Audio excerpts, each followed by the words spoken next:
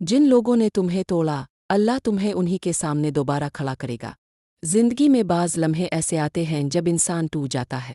जब वो जिन पर भरोसा करता है वही दिल तोड़ देते हैं। जब वो जिनके लिए सब कुछ कुर्बान करता है वही पीठ फेर लेते हैं। इस वक्त दिल के अंदर एक खामोश चीख उठती है, अल्लाह, आखिर क्यों? मैंने तो किसी का बुरा नहीं चाहा, फिर मेरे साथ ये क्यों हुआ? मगर याद रखो, अल्लाह सब देखता है।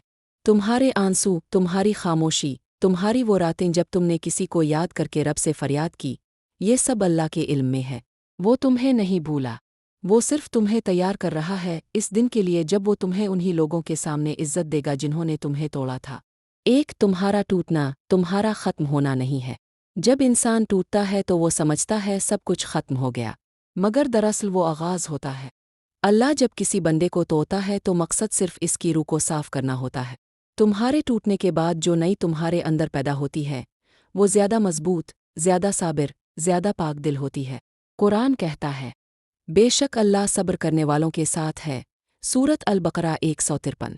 ये वदा है कि तुम्हारे सब्र को रायगा नहीं जाने दिया जाएगा। जिन्होंने तुम्हें दुख दिया वो भूल जाएंगे मगर अल्लाह नहीं भूलेगा। दो, जिन्होंने तुम्हें नीचा दिखाया वो तुम्हें बुलंद देखेंगे। अल्लाह की संत यही है, वो जालिम को ढील देता है मगर छोड़ता नहीं। वो मजलूम को आजमाता है मगर रुस्वा नहीं करता। जब वक्त आता है तो वही लोग जो तुम्हें हकीर समझते थे एक दिन तुम्हें इज्जत के मकाम पर देखेंगे। वो हैरान होंगे कि ये वही शख्स है जिसे हमने ठुकराया था। अल्लाह फरमाता है, और अल्लाह जिसे चाहे इज्जत देता है और जिसे चाहे ज़िल्लत देता है। सूरत इल इमरान 26। यानी इज्जत और ज़िल्लत इंसान के हाथ में नहीं, अल्लाह के इख्तियार में है। और जब अल्लाह फैसला कर लेता है कि तुम्हें उठाना है तो कोई ताकत तुम्हें रोक नहीं सकती। 3, तुम्हारे सब्र का नतीजा सामने आने वाला है। कभी कभी तुम्हारे दिल में आता है कि मैंने तो कुछ बुरा नहीं किया, फिर मेरे साथ ऐसा क्यों हुआ? याद रखो, अल्लाह तुम्हें बदला देने के लिए नहीं, बुलंद करने के लिए आजमाता है। तुमने जो सब्र किया वो अल्लाह के नज़दीक बहुत कीमती है। तुमने जो आंसू बहाए वो अर्श पर महफूज किए गए हैं। एक दिन वो वक्त आएगा जब अल्लाह तुम्हें ऐसे मकाम पर ले जाएगा कि तुम खुद हैरान हो जाओगे। जिन्होंने तुम्हें नीचा दुखाने की कोशिश की वो खुद तुम्हारी कामयाबी पर हैरान होंगे। 4, अल्लाह तुम्हें खामोशी में तैयार कर रहा है। अल्लाह का तरीका हमेशा खामोशी से काम करने का है। जब तुम टूटे अल्लाह ने तुम्हें खामोशी में संभाला। जब तुम रोए अल्लाह ने तुम्हारी दुआ सुनी। जब तुमने लोगों के रवैये बर्दाश्त किए अल्लाह ने तुम्हारे दिल में सब्र डाल दिया। ये सब कुछ एक बड़े मकसद के लिए हो रहा था। अल्लाह तुम्हें तैयार कर रहा था ताकि जब वो दिन आए तुम सिर्फ मजबूत नहीं बल्कि अजीम बन चुके हो। अल्लाह जब किसी बंदे को दुनिया के सामने उठाना चाहता है तो पहले इसे तन्हाई, टूटने और आजमाइश से गुजारता है, क्योंकि बग़ैर ज़ख्म के कोई भी दिल अल्लाह के करीब नहीं जाता। 5, उनके सामने तुम्हारी वापसी, तुम्हारा इंतकाम नहीं, तुम्हारा उरूज होगा। अल्लाह कभी किसी को वापस बदले के लिए नहीं लाता बल्कि इज्जत के लिए लाता है। जब वो दिन आएगा और तुम उनके सामने खड़े होगे जिन्होंने तुम्हें तोड़ा था, तो तुम्हारे चेहरे पर तकब्बुर नहीं बल्कि शुक्र होगा। तुम कहोगे, अल्लाह, अगर वो मुझे ना तोड़ते तो मैं तुझ तक ना पहुंचता। यही ईमान का कमाल है। अल्लाह चाहता है कि तुम दिल से मुआफ़ कर दो, क्योंकि तुम्हारा उरूज तुम्हारे मुआफ़ करने में है, बदला लेने में नहीं। 6, अल्लाह का इंसाफ ताख़ीर से होता है मगर पक्का होता है। तुम समझते हो कि अल्लाह खामोश है, नहीं, वो इंसाफ का वक्त मुकर्रर कर चुका है। कुरान कहता है, और मत समझो कि अल्लाह ज़ालिमों के अमाल से गाफिल है, वो सिर्फ उनको एक दिन के लिए मोहलत देता है। सूरत इब्राहीम 42। ये आयत बताती है कि अल्लाह की अदालत खामोश ज़रूर है मगर अंधी नहीं। तुम जिनके हाथों टूटे उनके बारे में फ़िक्र मत करो। अल्लाह का निज़ाम बेआवाज़ है मगर बेअसर नहीं। एक दिन वो तुम्हें उनके सामने इसी तरह खड़ा करेगा जैसे ओसफ अपने भाइयों के सामने खड़े हुए थे। वही भाई जिन्होंने उन्हें कुनवे में फेंका आखिर में उनके सामने झुके।